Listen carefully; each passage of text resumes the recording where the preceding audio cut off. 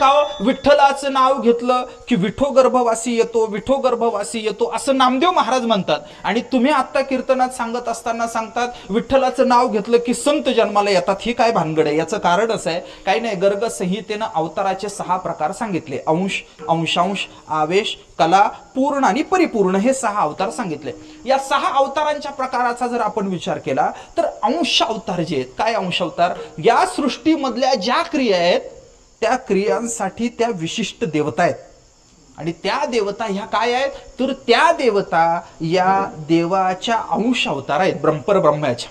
बरं बरं, त्या अंश असणाऱ्या देवतेंनाही काही असिस्टंट अशा देवता आहेत. त्या कोण आहेत?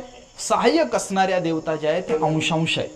नंतर कोणत्या आहे? आवेश असणाऱ्या देवता आहे. नंतर कला, हा अवताराचा प्रकार आहे. आवेश म्हणजे काय? एका विशिष्ट हेतूसाठी परमेश्वर अंतकरणामध्ये येऊन विसावतो, हा आवेश अवतार आहे. पुढे काय आहे? आवेश नंतर कला अवतार, म्हणजे युगधर्म घडवणारा एखादा महात्मा येतो, तो कला अवतार आहे. आणि आपल्याला माहिती आहे की जेव्हा तो चतुष्टय येतो, राम लक्ष्मण भरत शत्रुघ्न असा चतुष्टय जेव्हा येतो तेव्हा पूर्ण, आणि जेव्हा संपूर्ण तेज ज्याच्या ठिकाणी विद्यमान आहे, नवरसांचा ज्याच्या चरित्रामध्ये काय असतो, ओतप्रोत असा हे काय असतो, ओघ असतो, इत्यादी इत्यादी. म्हणजे धर्मगुरू पासून तर क्षत्रियापर्यंत सगळ्या गोष्टी ज्याच्याकडे ओतप्रोत भरलेल्या असतात, असा अवतार म्हणजे परिपूर्ण अवतार. आणि तो अवतार कोणाचा आहे? भगवान कृष्णाचा आहे. व्यक्त करण्यात आलेला भाव असा आहे की मी आपल्याला सांगू, संत कोण आहेत?